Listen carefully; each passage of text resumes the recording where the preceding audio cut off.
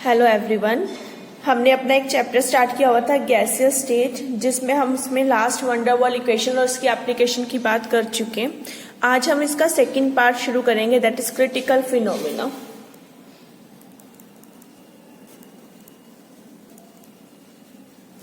हमारे चैप्टर का पूरा नाम था gaseous state and critical phenomena. Gaseous state की हम बात कर चुके हैं, अब हम बात करेंगे इसकी क्रिटिकल फिनोमेना की। ठीक है, अब ये क्रिटिकल फिनोमेना क्या होता है, इससे एक जुड़ी टर्म होती है क्रिटिकल कांस्टेंट।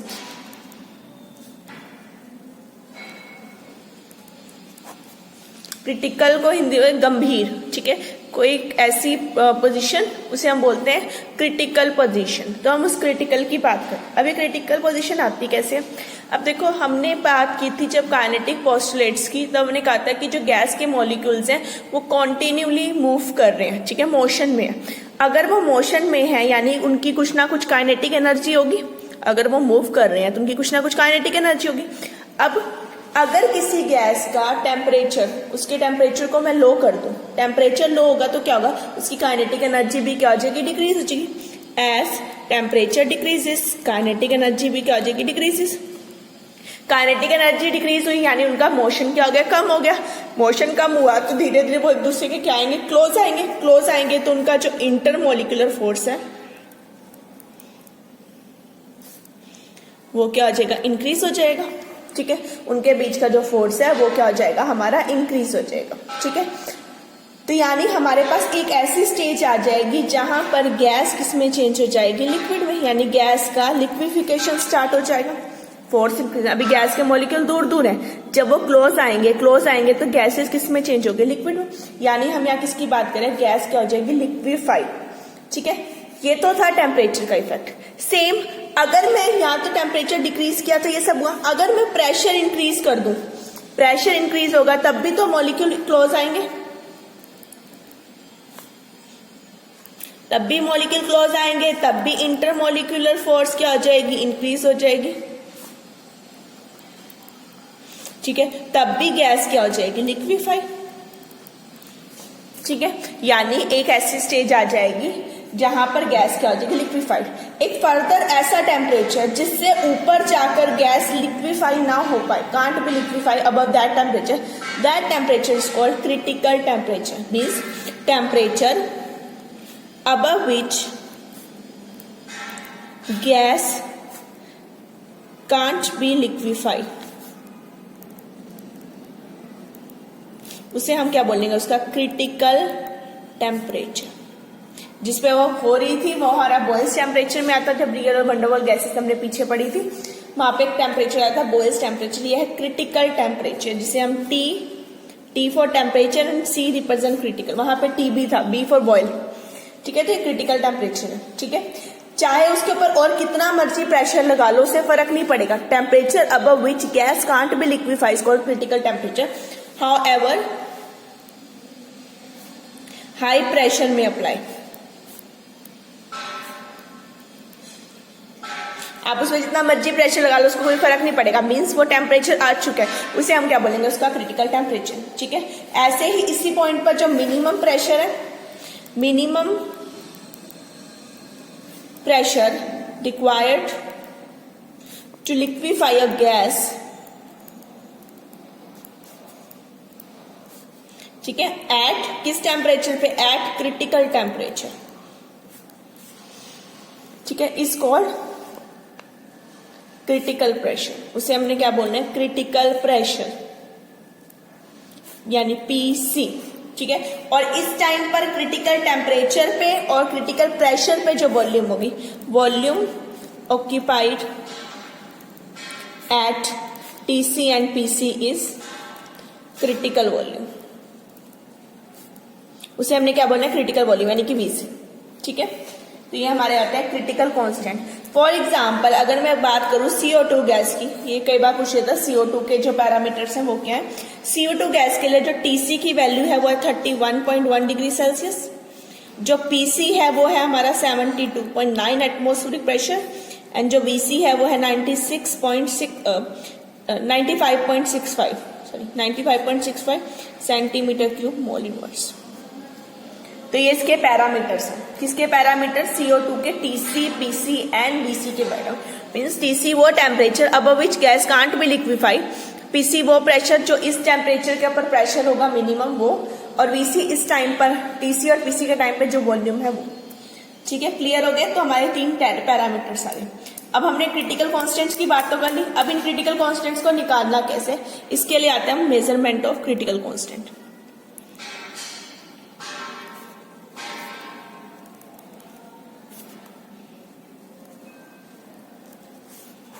अब हमें मेजरमेंट करनी है किसकी? क्रिटिकल कॉन्स्टेंट्स की। इन्हें फाइंड आउट कैसे करना है?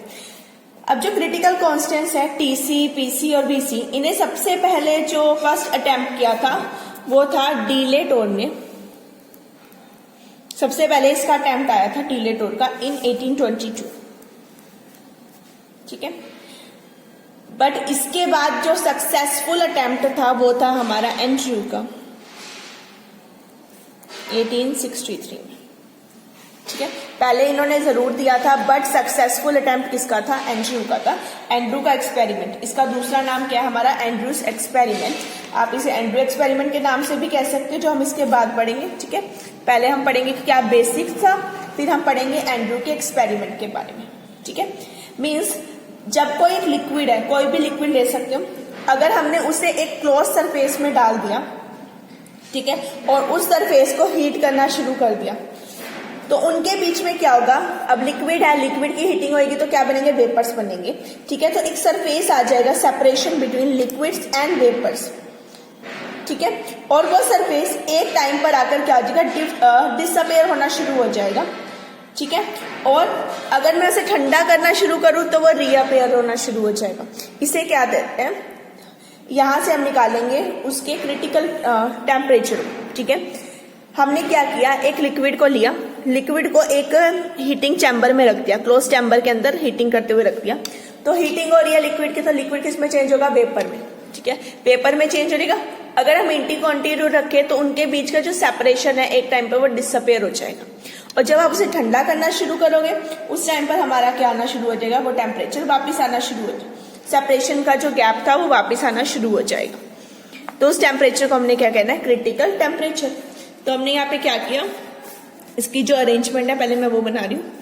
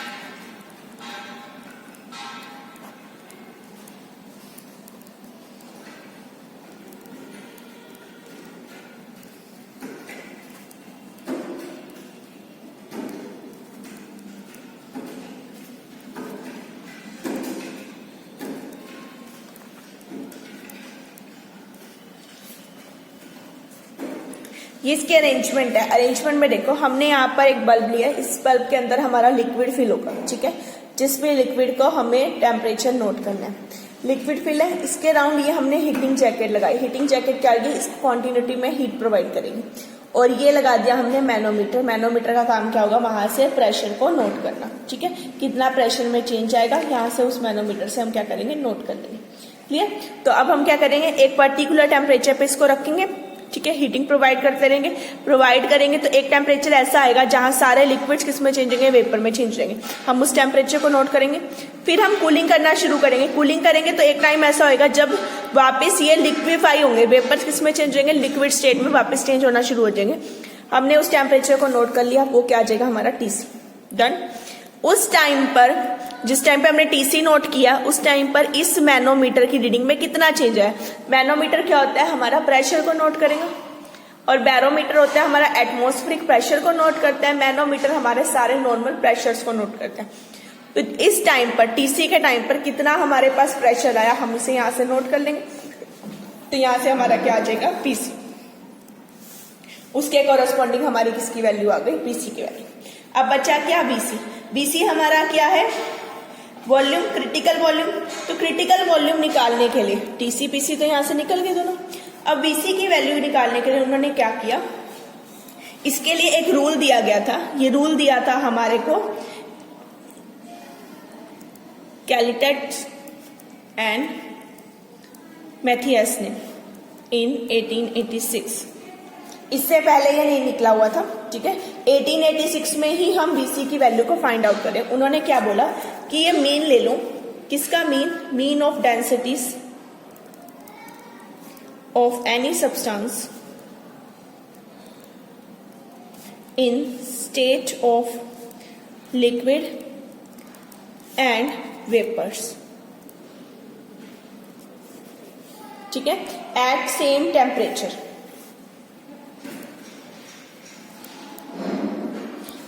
तो उन्होंने कहा जो बी लेना है ना वो आप किसका लोगे, मीन लोगे। किसका मीन, डेंसिटी। बी क्या है, बीसी हमारा मीन है। मीन किसका, density of liquid and vapours. Mean तो ये चीज होती है बाई 2, क्योंकि 2 नंबर है तो बाई 2 हो गया। Density of liquids and vapours at the same temperature, उनके बीच का जो डिफरेंस आता है वो, ठीक है। मीन्स अगर मैं एक प्लॉट बनाऊं बिटवीन टी एंड डेंसिटीज, ठीक है, टी और डेंसिटी में क्या होगा, तो हमारे पास कुछ इस तरह से प्लॉट आता है।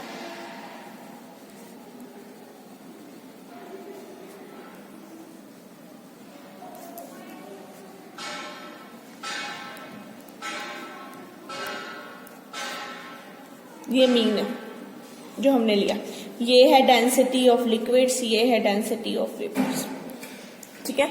As the temperature increases density of liquid क्या हो जाएगी, डिक्रीज होगी, और with the increase of temperature density of vapours क्या होगी, इंक्रीज होगी।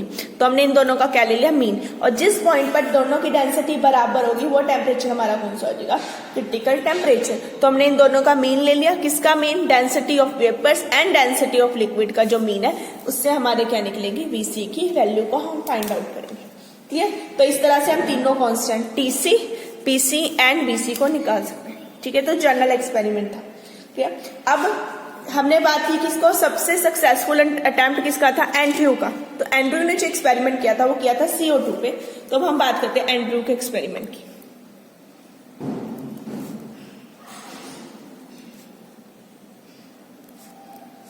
ऑन क्रिटिकल फिनोमिना, ठीक है। और इसने किसे स्टडी किया था, इसने स्टडी किया था isotherms of CO2, carbon dioxide. तो CO2 को जिसने निकाला था वो था एंड्रयू, ठीक है। एंड्रयू ने एक्सपेरिमेंट सबसे पहले किया था 1861 में, ठीक है। उन्होंने सबसे पहले इस इफेक्ट को स्टडी किया था, ठीक है। एंड्रयूज ने 1861 में टेम्परेचर और प्रेशर के इफेक्ट को वॉल्यूम पे स्टडी किया था। किसकी वॉल्यूम पे, जो गैस उन्होंने स्टडी की थी वो कौन सी थी, हमारी CO2 की गैस, ठीक है। अब एंड्रयू ने अपने एक्सपेरिमेंट में क्या किया, CO2 गैस ली, उसने नाम दिया आइसोथर्म। आइसोथर्म मतलब टेम्परेचर क्या हो जाएगा, कांस्टेंट। उसने टेम्परेचर को फिक्स रखा, एक बार एक टेम्परेचर, एक बार दूसरा टेम्परेचर, एक बार तीसरा टेम्परेचर। उसके कॉरेस्पॉन्डिंग उन्होंने प्रेशर और वॉल्यूम को स्टडी किया, ठीक है। प्रेशर का क्या इफेक्ट आता है वॉल्यूम को, उसे स्टडी किया। इसे स्टडी करना है, टेम्परेचर को क्या करना है, फिक्स लेना है, ठीक है। तो सबसे पहले उन्होंने क्या किया, टेम्परेचर को फिक्स करके ग्राफ प्लॉट किया बिटवीन प्रेशर एंड वॉल्यूम। इधर उन्होंने प्रेशर ले लिया, इधर उन्होंने वॉल्यूम ले लिया, ठीक है। अलग अलग टेम्परेचर पे शुरू करते हैं। जो पहला टेम्परेचर लिया उन्होंने वो था 13.1 डिग्री सेल्सियस, ठीक है। इस टेम्परेचर पे क्या हुआ, 13.1 डिग्री सेल्सियस पे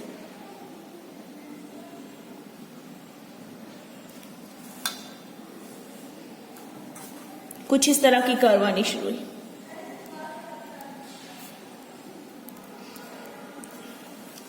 ABCD, तो इस पे जो कर्व आई वो थी ABCD, ठीक है। अब A पॉइंट पर तो गैस थी, ठीक है, यहां पर हमने उसे क्या लिया, गैसियस स्टेट। ठीक है, गैसियस थी, हमने क्या किया, प्रेशर को इंक्रीज करना शुरू किया। जैसे ही प्रेशर इंक्रीज होना शुरू हो जाएगा, प्रेशर इंक्रीज हुआ तो गैस के मॉलिक्यूल पास पास आना शुरू हो जाएंगे, यानी गैस लिक्विड में चेंज होगी। तो ए से बी तक गैस है, बी पॉइंट पे आके गैस का क्या स्टार्ट हो गया, लिक्विफिकेशन। बी से स्टार्ट हुआ, सी पे आकर वो लिक्विफाई हो रही है, तो सी पे आकर लिक्विफिकेशन एंड हुआ। ठीक है, और तो डी तक जाते जाते गैस किस फॉर्म में आ गई, हमारे लिक्विड स्टेट। ये किस पर्टिकुलर टेम्परेचर पे थे, यहां में इसका टेम्परेचर लिख लो 13.1 डिग्री सेल्सियस। ठीक है, क्लियर। इसके बाद उन्होंने टेम्परेचर को और इंक्रीज किया, ये स्टेट आ गई मेरे पास। फिर उन्होंने टेम्परेचर को रखा 21.5 डिग्री सेल्सियस। जब उन्होंने 21.5 डिग्री सेल्सियस है,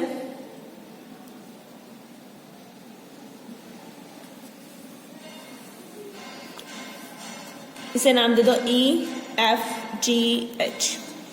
ठीक है, तो जो हमारे पास कर्व आई वो आई EFGH। EFGH में भी क्या हुआ, E से F तक हमारी गैसियस स्टेट थी, जैसे प्रेशर इंक्रीज हुआ F से G तक हमारा फिर से लिक्विफिकेशन, और फिर H तक जाते जाते वो लिक्विड हुआ। बट ये जो लिक्विफिकेशन वाला पॉइंट था ना, ये एरिया था, ये पोर्शन क्या हो गया, डिक्रीज हो गया। ठीक है, लिक्विफिकेशन अब शॉर्टर हो गया। लिक्विफिकेशन, ये देखो ना, ये पहले इतना था अब इतना रहेगा, लिक्विफिकेशन बिकम शॉर्टर। लिक्विफिकेशन क्या होगा, शॉर्ट हो गया इस केस में, बाकी सब कुछ पहले जैसा ही रहा।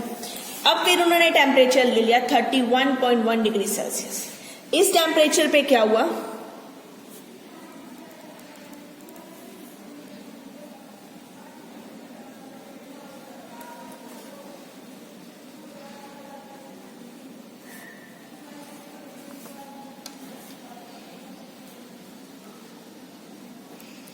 इसे भी नाम दे दो EFGH IJKL।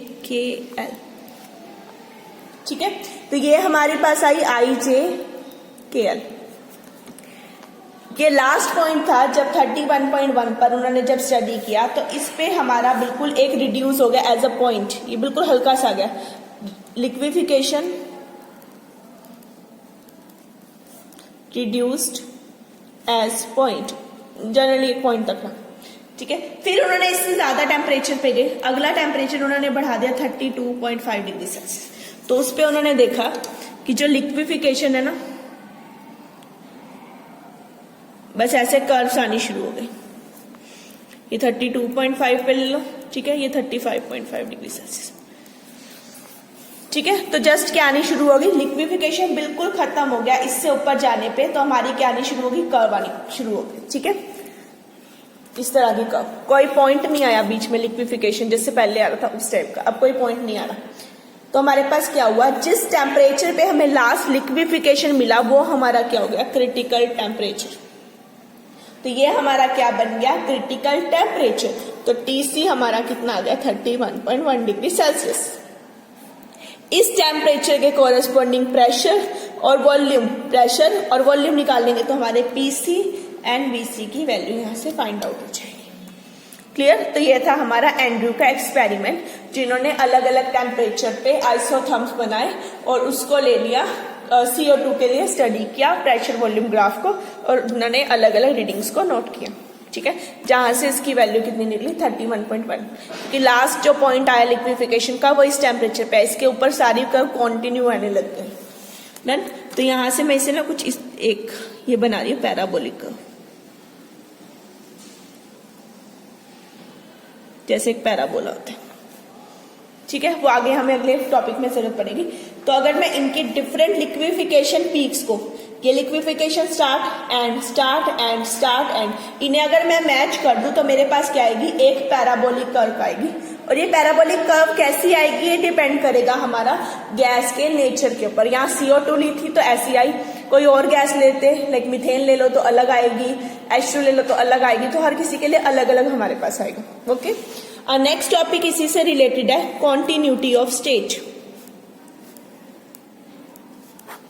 Continuity of state की बात करो। अब देखो मैंने क्या किया, यहाँ पर एक कॉन्टिन्यूटी ले ली, एक पॉइंट लिया जहां पर हमारी लिक्विफिकेशन स्टार्ट हो रही थी, liquefaction and, start and start and, तो मेरे पास एक क्या ही पैराबोलिक कर्व क्या होनी शुरू हो गई और टेन हो गई, ठीक है। तो अगर मैं इन पॉइंट्स को मैं मीट कर दूं तो मेरे पास क्या आएगी, पैराबोलिक कर्व आ जाएगी, एक पैराबोला आ गया, ठीक है। अब हम क्या करते हैं, कॉन्टिन्यूटी देखते हैं। कॉन्टिन्यूटी मतलब कहता है कॉन्टिन्यू करना, एक ही स्टेट में लगातार रहना, उसे हम कॉन्टिन्यूटी कहते हैं, ठीक है। हम कॉन्टिन्यूटी के लिए कहते हैं एक बार हम प्रेशर को कांस्टेंट रखेंगे, एक बार हम वॉल्यूम को कांस्टेंट रखेंगे। तो मैं इस पॉइंट पे बात करती हूँ, लेट मैंने इस पॉइंट को ले लिया स्मॉल ए, इसी ग्राफ की बात करें, इसमें मैंने लिया स्मॉल ए को, ठीक है, ये स्मॉल ए पॉइंट है। इस पॉइंट पर आकर मैंने क्या किया, वॉल्यूम को मैंने क्या करना है, कांस्टेंट करना है, बट प्रेशर को इंक्रीज करना है। वॉल्यूम फिक्स रहेगी, वॉल्यूम नहीं चेंज करनी है आपने, पर प्रेशर को आपने क्या करना है, कंटिन्यू इंक्रीज करते रहो। अब जब प्रेशर इंक्रीज होगा तो गैस किस में चेंज हो जाएगी, लिक्विड में। तो हमने प्रेशर को क्या, वॉल्यूम को कांस्टेंट किया, प्रेशर को कर दिया इंक्रीज, तो हम इस पॉइंट पर आए, लेट दैट पॉइंट, और we reach at point B. B पे आगे हम क्या बन गए, लिक्विड बन गया, ठीक है, डन। अब लिक्विड है, अब मैंने क्या करना है, प्रेशर को तो बी पॉइंट पर आकर, अब मुझे प्रेशर को तो रखना है कांस्टेंट, बट वॉल्यूम को क्या करना है, डिक्रीज। वॉल्यूम अब क्या करो, डिक्रीज करो। बी से आए बी पॉइंट पर, अब वॉल्यूम को डिक्रीज करो। सी पर आए, सी से आगे हम आगे टी पर, ठीक है। तो आगे हम इसी में कंटिन्यू चलेंगे तो हम किस में रह जाएंगे, लिक्विड स्टेट में रह जाएंगे, ठीक है। तो हम यहाँ पर क्या रहे, एक ही फेस, हमें ए से लेके बी से लेके सी तक, यहाँ तक हमें, यहाँ तक एक गैसियस फेस में मिला, और यहाँ पर हमें कौन सा फेस मिल गया, लिक्विड फेस। तो ए से बी तक में आपके पास कौन सा है, गैसियस फेस, और आगे बी से लेके डी तक, बी सी डी हमारा कौन सा हो गया, लिक्विड फेस, ठीक है। तो एक ही फेस है ना यहाँ पे हमें मिला, तो एक ही फेस में हम कंटिन्यू रह रहे हैं, तो ये आ गया कॉन्टिन्यूटी ऑफ स्टेट। एक ही फेस क्या हो रहा है, कॉन्टिन्यूस, तो इसे हम बोलेंगे कॉन्टिन्यूटी ऑफ स्टेट, ठीक है। तो ये होती है हमारी कॉन्टिन्यूटी ऑफ स्टेट, जो हमारी किससे निकलती है, एंड्रयू के एक्सपेरिमेंट से, क्लियर। तो ये था हम कैसे क्रिटिकल फिनोमिनास को, यानी टीसी, पीसी और बीसी को मेजर कर सकते हैं, डन। अब टीसी, पीसी, बीसी तो निकालिए, इससे पहले हमने गैसेस के लिए एक स्टेट निकाली थी, वंडर वॉल इक्वेशन। तो अब इन्हीं को, वंडर वॉल को इन्हीं की टर्म में, टीसी, पीसी और बीसी की टर्म में निकाल दें। तो next topic is wonder Waals equation and critical phenomena. Important topic है, कई बार आता है,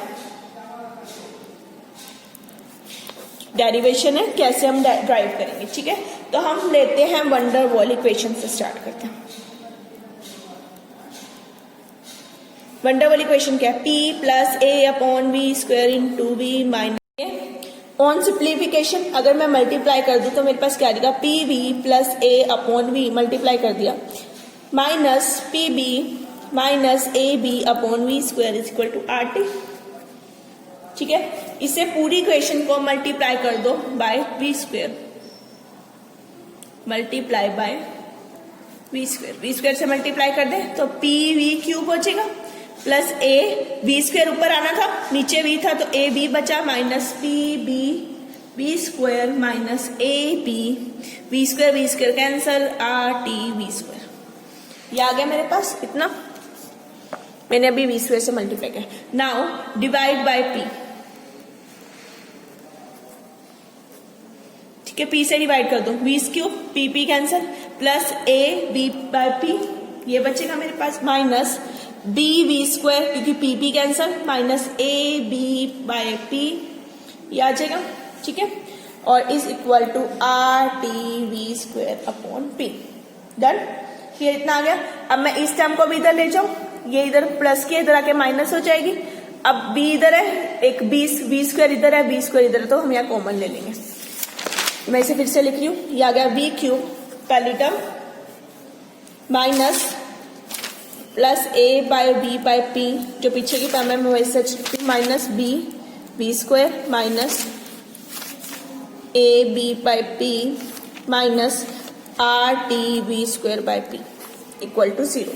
वो टर्म मैं इधर ले, इसमें वी स्क्वायर है, इसमें वी स्क्वायर है, बाहर ले लेंगे तो वी क्यूब ठीक है, अब आते हैं माइनस, इसमें भी माइनस इसमें भी माइनस, बाहर ले लिया, b plus R T by P into V square, पहले क्यूब फिर स्क्वायर, फिर अब आते हैं b पे,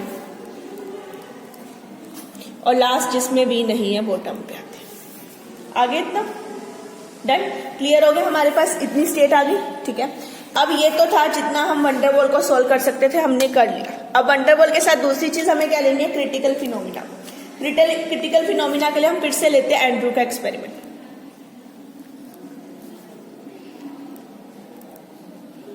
ठीक है, इसको मार्क करके रख लो, इक्वेशन नंबर 1, जिसको हमें बाद में यूज करना है। वंडरवॉल जितनी सॉल्व हो सकती थी हमने सॉल्व कर ली। अब आते हैं इसकी बात पर, एंड्रू के एक्सपेरिमेंट की। अभी मैंने एंड्रू का एक्सपेरिमेंट के ग्राफ बनाए थे बिटवीन प्रेशर एंड वॉल्यूम, जो पीछे बनाए थे। ठीक है, तो कोई भी एक ग्राफ ले लो, तो मेरे पास कुछ इस तरह से ग्राफ आ रहे थे, इस तरह से आ रहे थे। सपोज करो मैं इसकी बात करूं, इसको ले लो ABCD। ठीक है, इस चीज को मैं इस तरह से भी ले सकती हूँ कॉन्टिन्यूटी में।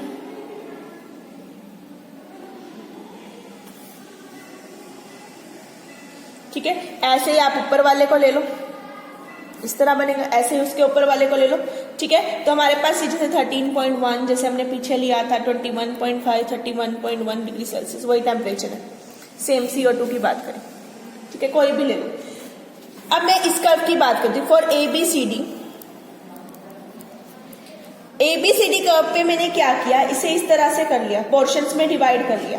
ठीक है, अब इस पोर्शन को नाम दे दो x, इस पोर्शन को नाम दे दो y, x y और ये नाम दे दो z। ठीक है, तो मैंने इससे डिवाइड कर दिया BC को, डिवाइड BC इन B X Y Z C में। मैंने इसे पोर्शन को डिवाइड कर दिया किसमें, B X Y Z C में। अब देखो इसके लिए क्या हुआ, इस पॉइंट के लिए for BC pressure is constant,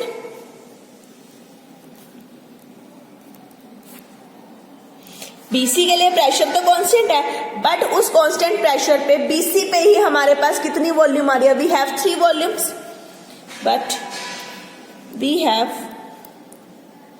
3 volumes. कौन कौन सी, एट C, एट Y और एट B, C Y और B, 3 वॉल्यूम्स आ गई मेरे पास, एक C पे आई, एक Y पे आई और एक B पे आई। ठीक है, क्लियर। अब यहाँ जो वॉल्यूम है वो वॉल्यूम हमारी किसके बराबर आएगी, क्रिटिकल वॉल्यूम के, जैसे हमने बात की कि यहाँ से क्रिटिकल टेम्परेचर निकल रहा है, तो हम यहाँ से लिखते हैं V माइनस VC इसका क्यूब, क्योंकि हमारे पास एक ही, उसके लिए कितने रिजल्ट आ गए, 3। ठीक है, तो 3 आएगी, तो 3 वाली इक्वेशन, 3 रिजल्ट निकालने के लिए उस इक्वेशन का क्यूब होना चाहिए। अगर स्क्वायर होता है तो किसी इक्वेशन का, तो उसके रिजल्ट कितने आते हैं, 2। अगर क्यूब होगा तभी तो उसके 3 रिजल्ट आएंगे, तो 3 वॉल्यूम के लिए मुझे इसका क्यूब करना पड़ा। डन, अब सिंपल है, क्यूब है, और इसे अगर मैं खोल दूं ऑन सिंप्लीफाइंग, तो यह आ जाएगा V क्यूब, ठीक है, minus 3VCV square plus 3VC square V, और लास्ट में आ जाएगा minus VC cube is equal to 0। इसे ओपन कर दो, V माइनस VC को 3 बार मल्टीप्लाई कर लो, आपके पास ये इक्वेशन आएगी। Mark it as equation number 2। Done, मेरे पास ये आ गई। एक इक्वेशन मेरे पास ऊपर है, एक इक्वेशन मेरे पास ये है। देखो दोनों में V क्यूब है, फिर V स्क्वायर है, फिर V है, और फास्ट में V क्यूब है। That means compare equation 1 and 2, 1 और 2 को कंपेयर कर दो, V क्यूब तो V क्यूब के बराबर है, B स्क्वायर के बराबर है, यानी कि 3BC की टर्म इसके बराबर होगी। दैट मीन्स 3BC किसके बराबर होगा, B plus RT by P के। बाकी तो V स्क्वायर है ना, माइनस और माइनस कट गया। आगे क्या है, V तो ये सेम है, दैट मीन्स 3VC स्क्वायर किसके बराबर होगा, A बाय P के। डन, और लास्ट BC क्यूब किसके बराबर होगा इस टर्म के, एंड BC क्यूब मेरा किसके बराबर होगा, AB बाय P के। ठीक है, डन। बट ये क्योंकि VC की टर्म्स में है, तो टेम्परेचर और प्रेशर भी किस में हो जाएगा, इन टर्म्स ऑफ TC/PC। तो मेरे पास ये आ जाएगा 3BC के बराबर इसके, B स्क्वायर के बराबर इसके, और इसकी बराबर इसके। Done, clear. अब इन्हें मार्क कर दो, mark it as equation number 3, equation number 4 and equation number 5। मैंने तीनों को 4, 3, 4, 5 में मेंशन कर दिया, ठीक है। अब देखो इसमें VC क्यूब है, इसमें VC स्क्वायर है, दोनों को डिवाइड कर दो तो VC आएगा, तो 5/4 कर दो, ठीक है। 5 में ले लो ऊपर, VC cube upon 3VC square is equal to VC cube की वैल्यू ये रही और वो नीचे आ जाएगी, ये आ गई मेरे पास। जब कैंसिल करोगे तो क्या बचेगा, VC अपॉन 3, इधर देखो PC कैंसिल, AA कैंसिल, क्या बचा B, तो VC की वैल्यू कितनी आ गई, 3B। VC तो आ गया। अब VC की वैल्यू किसी भी एक इक्वेशन में पुट करो और आपके पास दूसरा रिजल्ट आएगा, ठीक है। अब इसे इक्वेशन नंबर 4 में पुट कर लेते हैं। देखो इक्वेशन नंबर, इसमें हम निकाल चुके हैं, पुट कर चुके हैं, इन दोनों का यूज कर चुके हैं। इसमें PC TC दोनों है तो इसमें अभी नहीं करते, इसमें अकेला PC है, इसमें पुट करो या इसमें पुट करो, सेम बात है। तो हम इक्वेशन 4 यूज करें, put this value in equation 4। तो हमारे पास इक्वेशन का 4 क्या है, 3PC square is equal to A upon PC। मुझे PC निकालना है तो आ जाएगा A अपॉन 3BC स्क्वायर, यानी A अपॉन BC की वैल्यू कितनी है, 3B का स्क्वायर, तो यह आ जाएगा A अपॉन 3 स्क्वायर 9, 9 3 ज़ा 27, 27B स्क्वायर, तो PC की वैल्यू कितनी आ गई, A upon 27B square. Clear. अब BC भी आ गया, PC भी आ गया, तो इक्वेशन नंबर इसमें पुट कर सकते हैं, BC PC, तो क्या निकल जाएगा, TC। Put BC and PC value in equation number 3, we have 3VC is equal to B plus R TC upon PC। थोड़ा सा सोल्व कर लें, तो यहाँ से TC की या फिर अभी वैल्यू पुट करके सोल्व कर लो या अलग अलग सोल्व करते हैं। देखो 3VC माइनस B,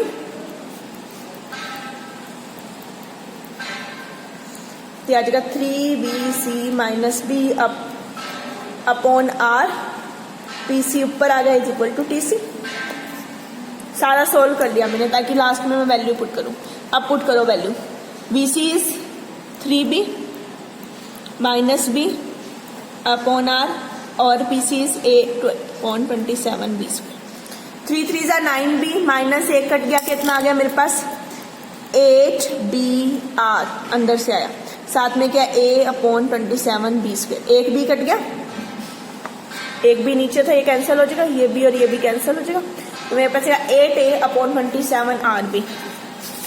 तो TC की वैल्यू कितनी आई मेरे पास, 8A अपॉन 27RB।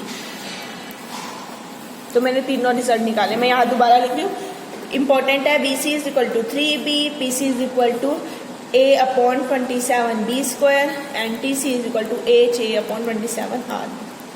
तीनों इंपॉर्टेंट रिजल्ट्स आ गया। A B क्या थे, वंडरवॉल कांस्टेंट, और BC TC PC क्या है, क्रिटिकल कांस्टेंट। तो हमने निकाल लिया वंडरवॉल को इन terms of TC PC and BC, जो हमारा मेन डेरिवेशन था। क्लियर। अब आते हैं इन्हीं के रिलेशन पे, means relation between PC BC and TC, इनके बीच में रिलेशन निकालते हैं। अब देखो यहाँ से BC कितना है, 3B, तो मैं B लिख सकती हूँ BC अपॉन 3 इस इक्वेशन से। डन। अब B की value, put B in equation number in PC में पुट कर लो, ये कहाँ से आई, फ्रॉम BC। तो PC की वैल्यू होगी हमारी A अपॉन 27, B की जगह लिख दिया BC स्क्वायर अपॉन 3 स्क्वायर, ये आ गया। तो ये आ जाएगा A 9 27 BC स्क्वायर, तो कटेगा 3 आ जाएगा। तो PC कितना आ गया मेरे पास, PC की value I A upon 3BC square. Done. यहाँ से A की वैल्यू क्या आ जाएगी हमारी, A आ जाएगा हमारा 3 BC स्क्वायर PC। डन। अब A और B की वैल्यू किस में पुट कर दो, TC में। Put A B value in TC, तो TC किसके बराबर है, 8। A की वैल्यू पुट करो 3BC square PC upon 27, R की वैल्यू एज सच, B की वैल्यू क्या है, BC अपॉन 3, ये आ जाएगा। जो कैंसिल हो रहा है 3 9, क्या हो जाएगा 8/9 r, 3 3 ज़ा 9 ना, सॉरी 3 3 ज़ा 9, 9 ये 3 बचेगा, ठीक है। ये भी है ना 3, दोनों 3 कैंसिल हो जाएंगे, r एक BC कैंसिल, तो ऊपर आया BC PC, ठीक है। तो हम यहां से लिख सकते हैं PC BC is equal to 3/8 RTC, क्या क्या PC BC is equal to 3/8 RTC। तो ये आ गया हमारा relation between PC BC and TC की वैल्यू, क्लियर। तो ये था हमारा वंडर वॉल कांस्टेंट को हमने क्रिटिकल फिनोमिना में निकाला और फिर हमने उसी को इन terms of TC PC and VC और उनके आपस में रिजल्ट रिलेशंस निकाले। डन। इसी से हमारे पास एक आती है रिड्यूस इक्वेशन ऑफ स्टेट।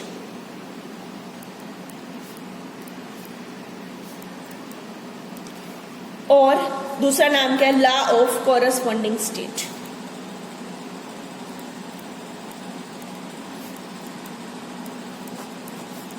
ये हमारी रिड्यूस इक्वेशन ऑफ स्टेट कह लो या लॉ ऑफ कॉरस्पॉन्डिंग स्टेट कह लो, ठीक है।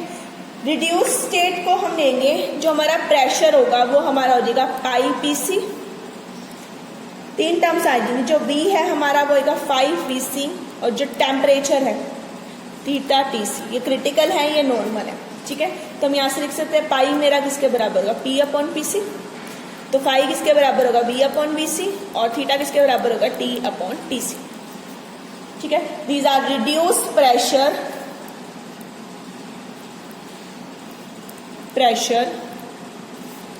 रिड्यूस्ड वॉल्यूम, रिड्यूस्ड टेम्परेचर, ये मेरी 3 टर्म आ गए। Done. Reduce pressure, volume and temperature. अब इसे in terms of van der Waals निकालना है, तो वंडर वॉल इक्वेशन क्या है,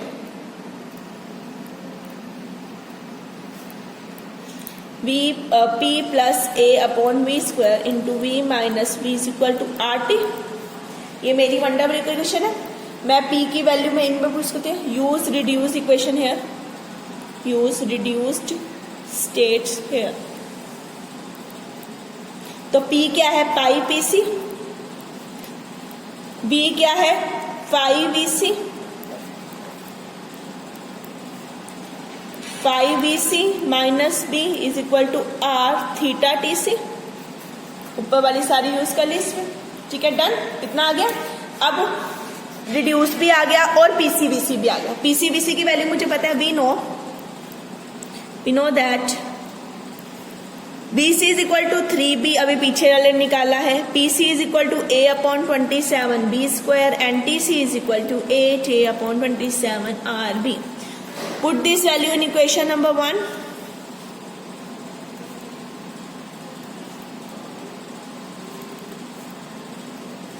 वन में पुट कर दो तो 5 PC की वैल्यू क्या है A/27B²,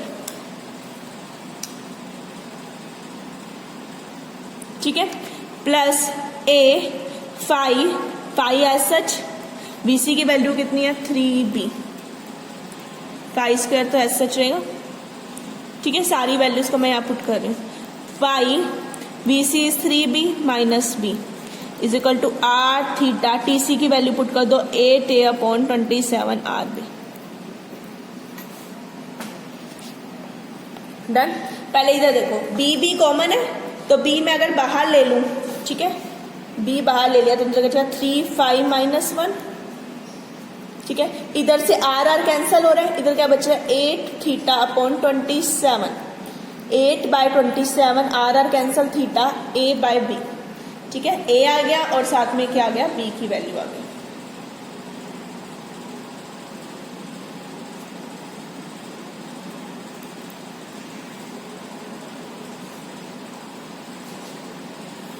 अब इधर वाले पे आ जाओ, A/B इधर आ गया, ठीक है। अब इधर वाले पे A कॉमन आ रहा है, B² कॉमन आ रहा है, तो मैं इधर से A/B² कॉमन ले सकती हूँ, A और B² कॉमन, ठीक है। अब आ जाओ पाई, इधर है 27, इधर है 3² का 9, ठीक है। अगर मैं इसे 3 से मल्टीप्लाई कर दूं, 27 भी बाहर ले लूं, तो इधर से सारी चीजें बाहर आ गई, सिर्फ पाई बचा, प्लस ए बाहर जा चुका है, बी स्क्वायर बाहर जा चुका है, 5 स्क्वायर नीचे बचा। अब मैं 27 लिया था यहाँ से बाहर, यहाँ तो 9 बन रहा था, यानी 3 से मल्टीप्लाई तो ऊपर भी 3 आ जाएगा, तो आ गया, आ जाएगा a/27 बी स्क्वायर। एक भी ये रहा, कैंसल आउट, डन। 27 ये रहा, कैंसल आउट, डन। ए ये रहा, कैंसल आउट, बी ये रहा, कैंसल आउट। तो सारी टर्म एक दूसरे से जो कैंसल आउट हो रही है, हमारे पास क्या बच रहा है, pi plus 3/5 square into 3 - 1 = 8 theta. ये हमारे पास इक्वेशन तो आई, बस किसमें आई, रिड्यूस्ड स्टेट में। ये आ गई हमारी reduced state equation. Means reduced state का मतलब कैसे होगा, if 2 substances have same reduced pressure and same reduced temperature। अगर 2 substances का reduced pressure और reduced temperature सेम है, then they must have same reduced volume। तब उनकी वॉल्यूम भी क्या हो जाएगी, सेम हो जाएगी, ठीक है। इसे हम बोलते हैं लॉ ऑफ कॉरेस्पॉन्डिंग स्टेट्स। ये हमारी क्या है, लॉ ऑफ कॉरेस्पॉन्डिंग स्टेट, ठीक है। मीन्स हमारे पास इनकी वैल्यू क्या आ जाएगी, बराबर आ जाएगी, ठीक है। अगर हम सब्सटेंसेस को जैसे देखा गया कि जो उनका बॉइलिंग पॉइंट है और एक हमने लिया क्रिटिकल टेम्परेचर, तो टेम्परेचर लेना critical temperature and boiling temperature, जो उनका रेशियो होता है वो अप्रोक्सीमेटली 2/3 होता है, ठीक है। अगर मैं रेशियो ले लूँ किसी भी बॉइलिंग टेम्परेचर या किसी भी सब्सटेंस लाइक CO2 ही ले लो, उसका क्रिटिकल टेम्परेचर मुझे पता है, उसका अगर बॉइलिंग टेम्परेचर भी मैं ले लूँ, बॉइल्स टेम्परेचर, तो वहाँ पर उनका जो रेशियो आएगा वो रेशियो हमारा नियरली 2/3 होगा, ठीक है। तो ये हमारा इसका लास्ट टॉपिक था क्रिटिकल स्टेट का, जहाँ हमने पहले क्रिटिकल फिनोमिना को पढ़ा कि क्रिटिकल फिनोमिना क्या होते हैं, क्रिटिकल फिनोमिना के साथ हमने उन्हें कैसे निकालना ये पढ़ा, फिर उसे वन डेर वाल्स की टर्म्स में निकाला, और लास्ट में हमने पढ़ा रिड्यूस इक्वेशन ऑफ स्टेट्स के बारे में, ठीक है। अब रिड्यूस इक्वेशन ऑफ स्टेट्स हो और जो हमारी वन डेर वाल्स के फॉर्मूले हैं, आपने डायरेक्ट ये फॉर्मूले याद रखने हैं, आपको न्यूमेरिकल भी इन्हीं पे डायरेक्ट आएंगे, आपको वैल्यूज गिवन होंगी और जस्ट इनमें आपको वैल्यूज को पुट करना है और अननोन फैक्टर को फाइंड आउट करना होगा, ठीक है। तो ये हमारा लास्ट टॉपिक था क्रिटिकल फिनोमिना का, और इसके साथ साथ ये हमारा लास्ट चैप्टर भी था, ठीक है। हमारे फर्स्ट ईयर के फिजिकल के सिलेबस का ये लास्ट चैप्टर था गैस स्टेट। इससे पहले हम सॉलिड स्टेट और लिक्विड स्टेट की बात कर चुके हैं, ठीक है। ये हमारा लास्ट चैप्टर था, इसके साथ हमारा सिलेबस इसका फिनिश हो गया। Okay, thank you everyone.